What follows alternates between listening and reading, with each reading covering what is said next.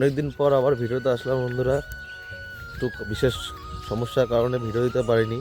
তো এবার মাঠের দিকে যাচ্ছি। ভিডিওতে দেখেছিলেন আগে যে সর্ষে বুনেছিলাম, তো সেই সর্ষে এখন পেকে গেছে, তো জমিতে যাচ্ছি কাটতে।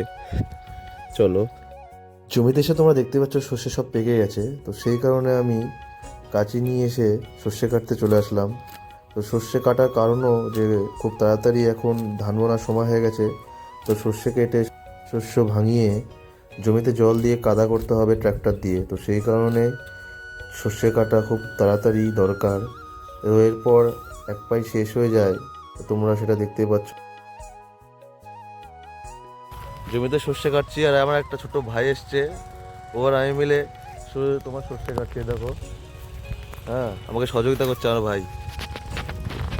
দুটো জমির মধ্যে একটা জমি কাটা সম্পূর্ণ হয়ে গেল সর্ষে, এবং পরের দিন আর একটা জমি কাটবো। পরের দিনে আবার ভিডিও আসবে, দেখতে থাকো।